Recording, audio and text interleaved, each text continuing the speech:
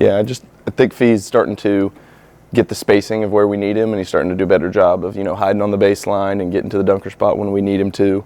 I think we need him to finish at the rim because we need a paint presence. As you know, this team, we like to cut, we like to, off-ball screen, so our paint presence can come from passes and come from drop-offs and stuff like that. So just got to keep finishing around the rim, and then he's rebounded it really well. He let Shedrick get to him in the first half of that Texas game, but in the second half, I thought he brought a lot of energy that we needed on the glass.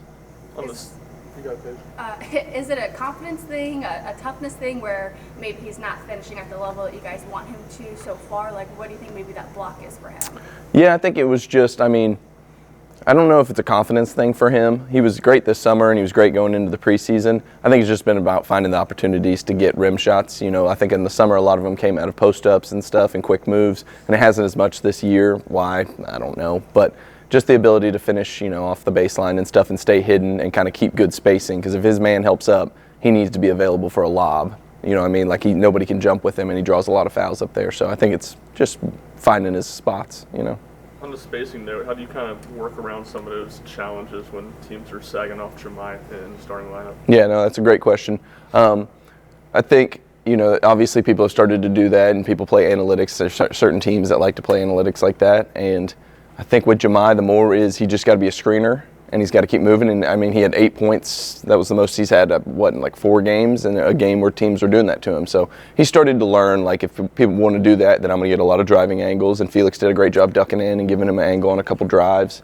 And so I think he's starting to learn it, but he's just got to be a great screener, offensive rebounder, and keep moving and driving the ball. Because if they don't want to respect him, it's going to be hard to drive him or to not stop him from driving whenever you got no angle. In the second half, it seemed like he was much more aggressive in trying to get to the rim. Is that kind of the message to him right now, and how much does that help him, even if teams are sagging off? For sure, yeah. He can't. You can't be like a non-offensive player when you're out there and just concede to what the defense is giving you. So, we want him to play aggressive and attack and get a piece of the paint. And if that paint touch equals a shot by him, that's great. But sometimes I think he got Jordan a 3 in the Texas game. Like, that's the type of shots we need, inside out. Bang a 3. Those are how he can impact the game. He can't just be complacent and accept the fact that he's just, they're not guarding me, I'm just going to stand around. Coach, is there any common denominator defensively what Florida and Texas were doing with Chaz? Yeah, that's a good question. I think they're doing a great job down in him. Teams are starting to get up in him, and they won't let him come off of screens. And we've already added some stuff. Coach has been great about putting in stuff that will benefit us on that aspect and make it harder. At the end of the game, we kind of just went and used what they were doing against Texas is, if they want to not let him have a shot, then they can't be in the gap when Zakai starts to drive. So you went to kind of a dribble drive, and so teams have started to down him, but he'll still get his shots. He's got to keep playing aggressive. He's got to keep looking for them. I'm not too worried about it. He'll get used to that physicality. It's different non-league, and then you get into league, and people start to know your actions and stuff more. So, Georgia's coming off back-to-back top 20 wins, Kentucky, then Oklahoma. How dangerous is a team like that, but maybe you guys haven't played your best offensive basketball as of late? Yeah, Mike White's done a great job with this group. Silas Demery and Asa Noel and Somto, they bring like a different physicality, and that's like the main thing we've been hitting is they're a very physical team, and so we've got to match that physicality, which we obviously didn't do against Florida, and in the first half against Texas we struggled on the glass, and so we've got to match their physicality, and I think we'll do the job defensively, making them take shots that we want. They're like 3rd in the nation in dunks, something like that, and so we can't let them get any uncontested looks at the rim. We've just got to do our job and do our part, and I think we'll be good. And then offensively, we'll just keep doing the things we do, keep moving the ball, passing, getting open looks. Guys stay aggressive.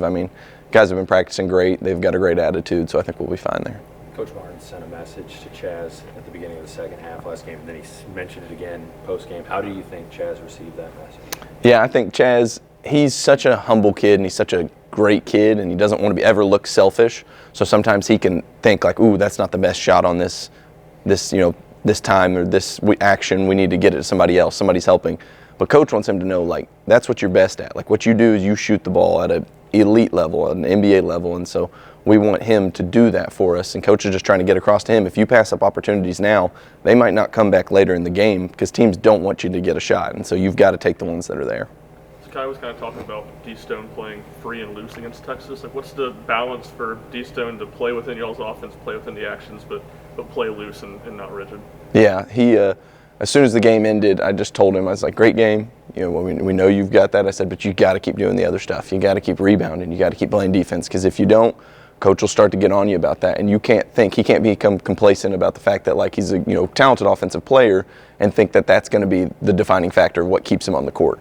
His offense will thrive the more he's on the court, and the more he's on the court will be dependent on whether he rebounds, plays defense, deflections, all that type of stuff. So I think he does have a offensive confidence about him that we need, and a kind of a swagger, a natural swagger about him that we need. And so, but he's got to do all the other things, or you can't play him for long stretches. Did Cade start to look more like himself at Texas? Is he getting healthier, I guess? Yeah, for sure. Cade is tough as nails. That's a good thing. And in the games, he's told me like he kind of just like adrenaline takes over and he starts to just go. He missed a bunny there. I don't know if that had to do with his shoulder or not, but he did a great job. He had a nice putback dunk. He's getting his chippiness back. We need that. He's probably the most physical big we have as far as hitting people, and so we need that. Yeah. Coach, usually freshmen are going to slow down once you get conference play. Asa Newell has not really hit that wall yet. What's making him so good right now? Yeah, he is a really talented player, and he looks really comfortable in college basketball, which is a hard adjustment to make as a freshman, and props to him. I think we need to hopefully start the trend of making him struggle and giving him not a lot of opportunities. Trey Johnson did a great job. There was another freshman so we're going to take the challenge on of these really talented players. We got to get Igor, we got to get D Stone, we got to get Cade, we got to get all these guys locked into like making it hard on him. And if he makes tough opportunities, he makes tough opportunities. But like you said, we want to make that transition tough as he gets into SEC play. Not necessarily against Arkansas, Texas. But Bishop Boswell, I feel whether in practice or in games, his energy is a 10, his defensive effort's a 10.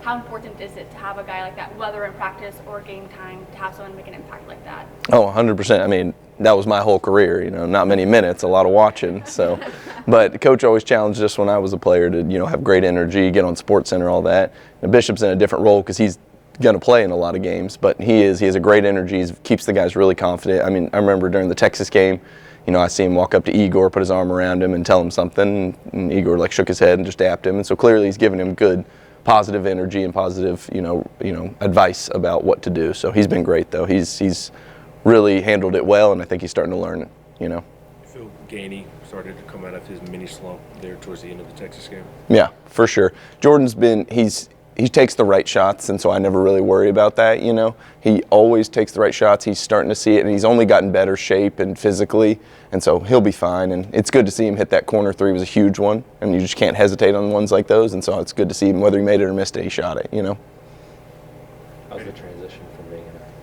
into your new role going now that we're talking to you for the first time? Yeah, it's good, from playing for Coach to coaching with him, it's been a blessing. He's done right by me and my family. He's been amazing.